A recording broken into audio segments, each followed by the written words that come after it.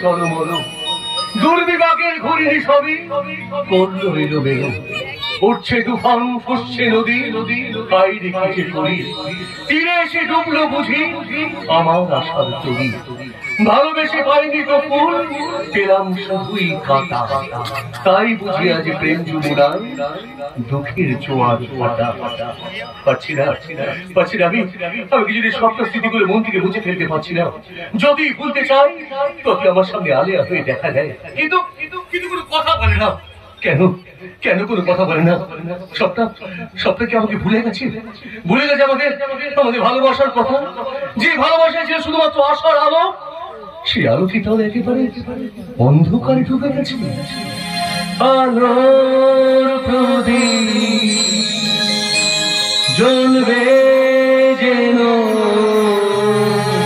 ছেড়ে যাবে ভেঙে যাবে সকল বাধা দুজনে মিলব আবার সাক্ষী থাকো এই পৃথিবী আর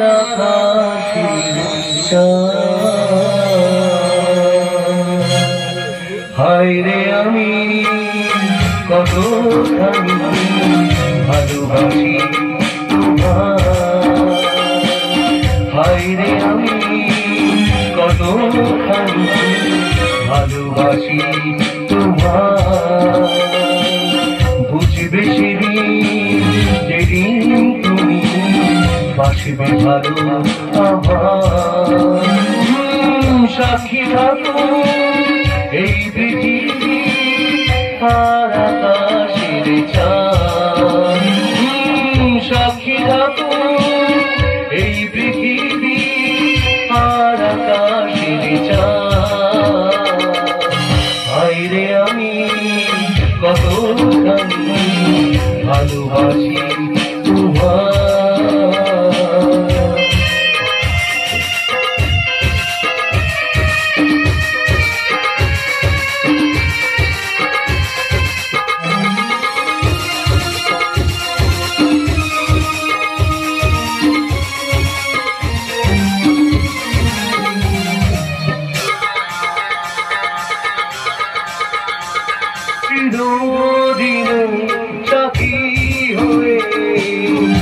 থাকবে কাছে আমার হৃদয় মিলে মিশে হবে একা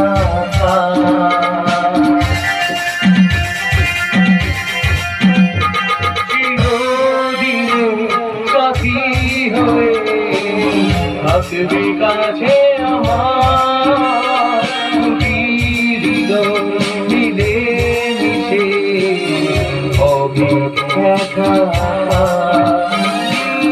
সাক্ষী থাকো এই পৃথিবী আর আকাশের চাঁদ সাক্ষী থাকো এই পৃথিবী আর আকাশের চাঁদ হায় রে আমি কতখানি ভালোবাসি তোমায় ভালোবাসি তোমায় ভালোবাসি তোমায়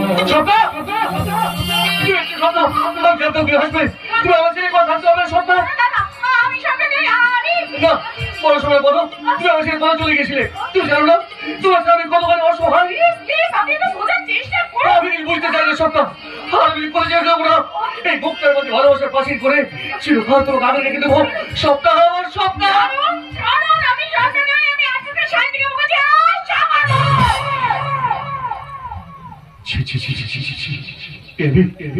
কি করলাম আবেগের বসে অন্ধ হয়ে গিয়ে একজন ভদ্র মহিলাকে আমি কি করেছি আমার শাস্তি পাওয়া উচিত হ্যাঁ আমার অশাস্তি পাওয়া উচিত যে হাত দিয়ে আপনাকে অসম্মান করেছে সে হাত আমি ভেঙে আপনার মারটা আমায় ক্ষমা করে দিন শান্তিকা দিদি তবে ক্ষমা করে দিন, নাহলে আমি যে মরণে মরে যাবো। আপনাকে ক্ষমা চাইতে হবে না, এই নিয়ে কিন্তু আপনি একদম ভাববেন না সাগরবাবু। আসলে কি হয়েছে জানেন তো, সবটা মৃত্যুর পর থেকে আমার জীবনটা কিরকম যেন এলোমেলো হয়ে গেছে।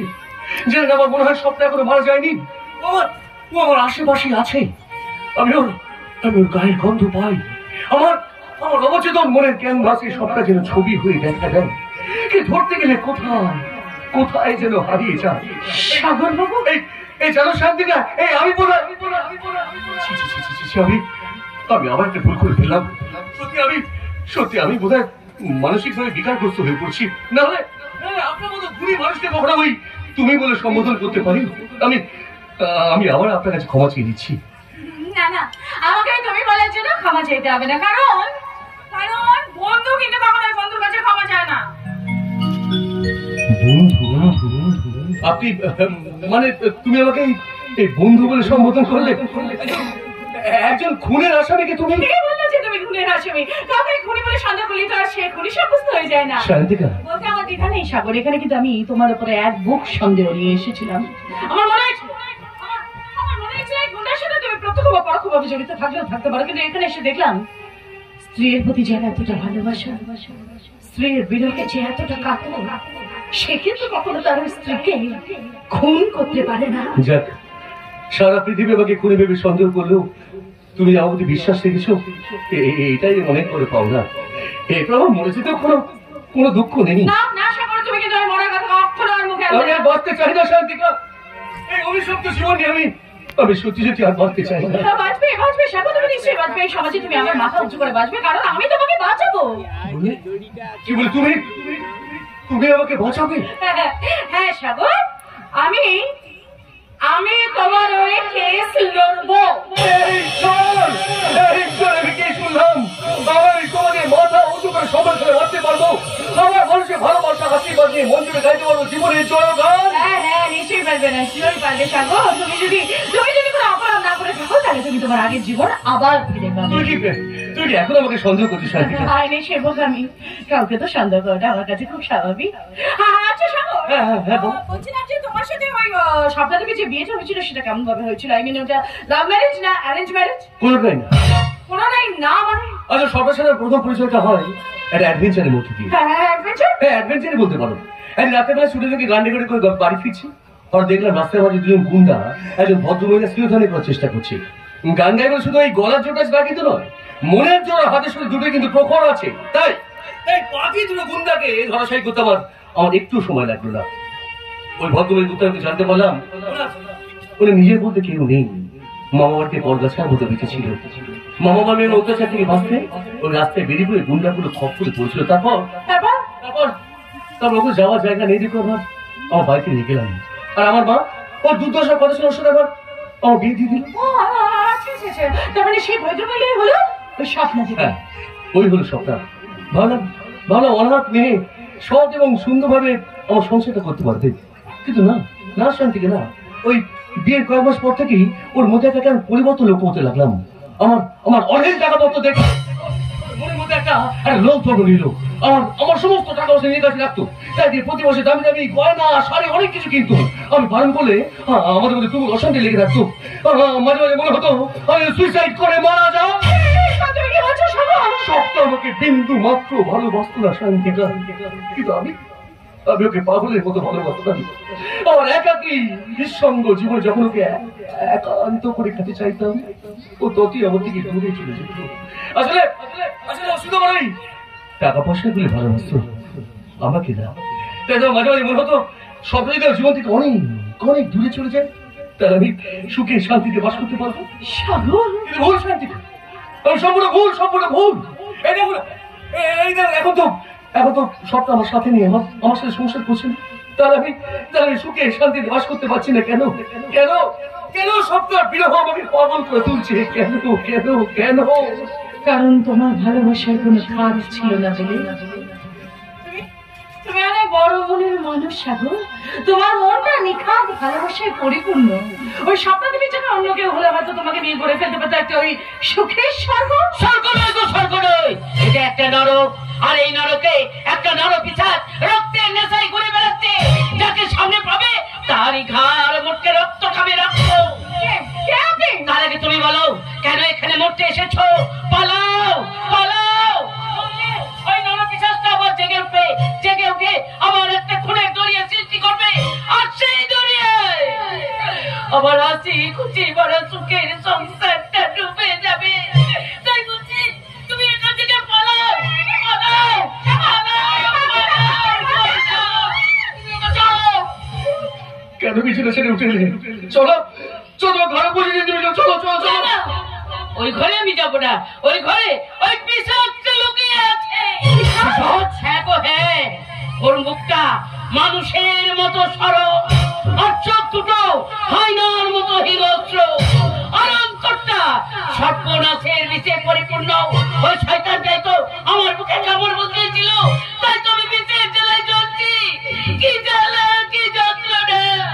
আমার সারা শরীরটা জ্বলে পুড়ে ছাই হয়ে যাচ্ছে। কে আছো, আমাকে বাঁচাও!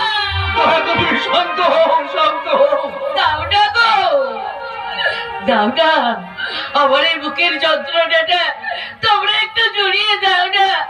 আমি যেন সহ্য করতে পারছি না। তুমি ঘরে চলো, তুমি ঘরে চলো। তোমাকে ওষুধ খাই, তোমাকে ঘুম পাই দেবো, তুমি ঘরে চলো। এই পোড়া চোখে যে আর ঘুম আসে না রে বাবা। এই খোকা, তোর কাছে আমি একটা জিনিস ভিক্ষে চাইবো, তুই আমাকে ভিক্ষে দিবি বাবা? ভিক্ষে বলছো কেন গো? ভিক্ষে বলছো কেন? তুমি চাইলে আমার জীবনের সব তোমায় দিয়ে দিতে পারি। আমি কেমন আমার জীবনটা পর্যন্ত বড় বড়। তুমি কি চাও বলো? তুই আমাকে একটু বিষ এনে দিতে পারবি খোকা? শুনেছি বিষে বিষে বিষক্ষয় হয়, তাই তাই ওই বিষের সঙ্গে আমার অন্তরের তীব্র বিষটা মিলে মিশে যদি সবটুকু বিষ ক্ষয় হয়ে যায়, তাহলে যে আমি একটু শান্তির গঙ্গ হতে পারবো রে বাবা। তাই বলছে দে না, দে না খোকা।